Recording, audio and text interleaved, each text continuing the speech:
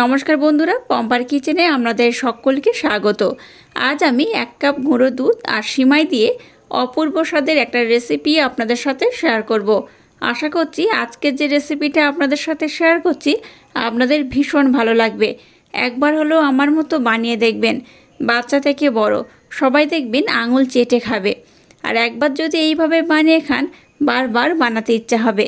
তাহলে চলুন দেরি না করে আজকের এই অপূর্ব স্বাদের রেসিপিটা দেখে নেওয়া যাক। 1 কাপ গুঁড়ো দুধ দিয়ে আজকে যে রেসিপি বানাবো তার জন্য প্রথমেই দেখুন নিয়ে নিয়েছি একটা সিমাইয়ের প্যাকেট। এখানে 10 টাকা দামের একটা সিমাইয়ের প্যাকেট আমি নিয়ে নিয়েছি। আর নিয়েছি 1 কাপ গুঁড়ো দুধ বা মিল্ক পাউডার। এই গুঁড়ো দুধ আর সিমাই দিয়ে আজকে যে রেসিপিটা বানাবো অবশ্যই একবার ট্রাই করবেন, আশা করছি আপনাদের ভীষণ ভালো লাগবে। তো চলো গুঁড়ো দুধ আর সিমাই দিয়ে আজকে রেসিপিটা বানানো দেখে নেওয়া যাক। এবার দেখুন গ্যাসটাকে জেলে দিয়ে একটা কড়া বসিয়ে দিয়েছি। এর মধ্যে দিয়ে দেবো বড় কাপের 1 কাপ জল।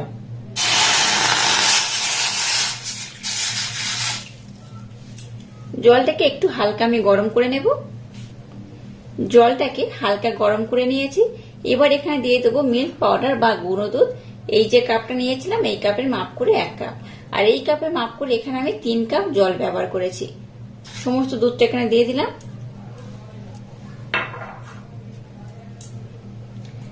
আমি এটা মিল্ক পাউডার দিয়ে বানাচ্ছি বা গুঁড়ো দুধ দিয়ে বানাচ্ছি।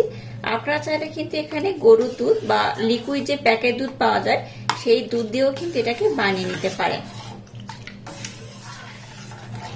এবার দুধটাকে একটু আমি ঘন করে ফুটিয়ে নেব, খুব ঘন নয়। 5 থেকে 7 মিনিট সময় হলে যতটা ফোটানো যায় গ্যাসের ফ্লেমটাকে লো করে ঠিক ততখানি কিন্তু এটাকে ফুটিয়ে নিতে হবে। তো এটা ততক্ষণ ফুটতে থাকুক, আর একটা কাজ আমি ততক্ষণে কমপ্লিট করে নেব। এবার দেখুন গ্যাসটা জেলে দিয়ে একটা ছোট্ট ফ্রাই প্যান বসিয়ে দিয়েছি। এর মধ্যে দিয়ে দেবো 2 চামচ ঘি।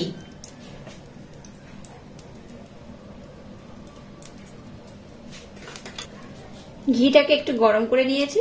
এবার কিছুটা কাজু বাদাম দিয়ে দেবো। কাজু বাদামটাকে টুকরো টুকরো করে আমি কেটে নিয়েছি। দিয়ে দেবো কিছুটা আমন্ড, এটাকেও দেখুন আমি ছোট্ট ছোট্ট টুকরো করে কেটে নিয়েছি।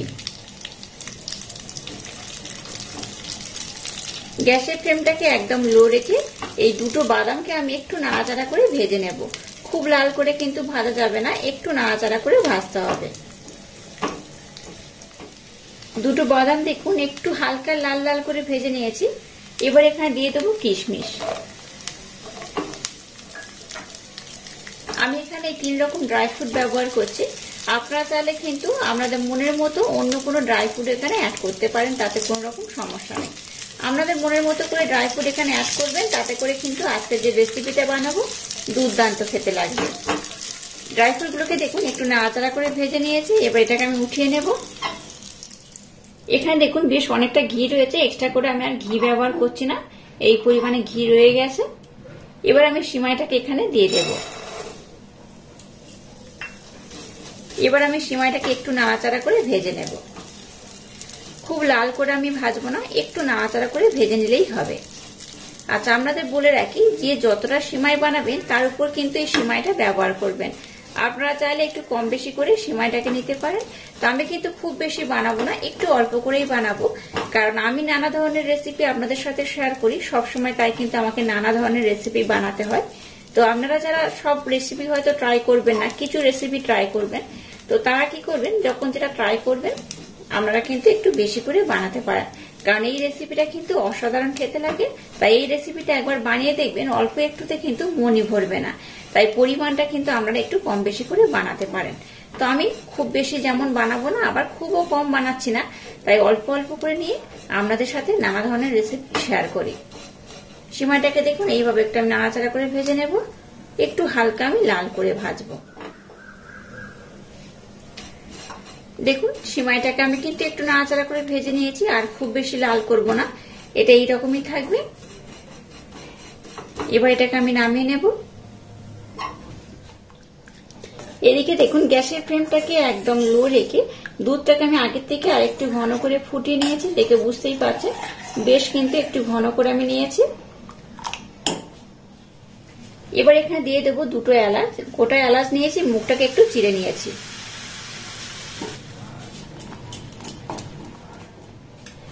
এবার দেখুন যে সিমাইটাকে আমি ভেজে নিয়েছি সেটা এখানে দিয়ে দেব।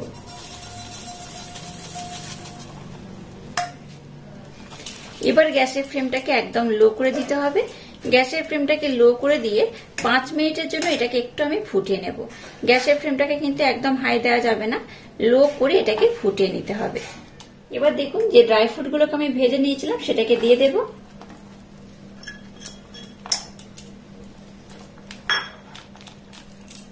কিছু ড্রাই ফ্রুট আমি রেখে দিয়েছি ডেকোরেশন করার জন্য, আর কিছুটা ড্রাই ফ্রুট এখানে আমি অ্যাড করে দিয়েছি। এবার আমি ব্যবহার করব মিষ্টি। তো এখানে মিষ্টির জন্য আমি ব্লেন্ড করে নেওয়া মিচিরি ব্যবহার করছি। আমি মিচিরি এখানে 2 চামচ দিচ্ছি। আপনারা যারা মিষ্টি খেতে পছন্দ করেন তারা মিষ্টির পরিমাণটা একটু বেশি করে দেবেন। আবার এটাকে আমি একটু ফুটিয়ে নেব। আচ্ছা, বলে রাখি যে কোনো মিষ্টি জিনিসে একটু লবণ দিলে ভালো লাগে, তো আমি কিন্তু লবণটাকে একটু অ্যাভয়েড করলাম। আপনারা চাইলে কিন্তু এখানে সামান্য একটু লবণ অ্যাড করতে পারেন। গ্যাসের ফ্লেমটাকে লো রেখে দেখুন এটাকে আমি খুব সুন্দর করে ফুটিয়ে নিয়েছি, আর এটা কিন্তু একদম রেডি হয়ে গেছে। দেখে বুঝতেই পারছেন কত কম দিয়েছিলাম আর কতটা হয়ে গেছে। তাই সিমাইয়ের পরিমাণটা খুব বেশি কিন্তু দরকার নেই, অল্প সিমাই দিলেই দেখবেন খুব সুন্দরভাবে এটা রেডি হয়ে যাবে। আর দেখে বুঝতেই পারছেন আজকে আমি সিমাই দিয়ে পায়েস বানিয়েছি, অসাধারণ দেখতে হয়েছে, এটা খেতেও খুবই সুন্দর হয়। তো যাই এখানে কিন্তু আমি আর অন্য কোনো উপকরণ অ্যাড করবো না। এবার এটাকে আমি একটা পাত্রের মধ্যে সার্ভ করে খুব সুন্দর করে ডেকোরেশন করে নেব। এবার এটাকে আমি পাত্রের মধ্যে সার্ভ করে নেব।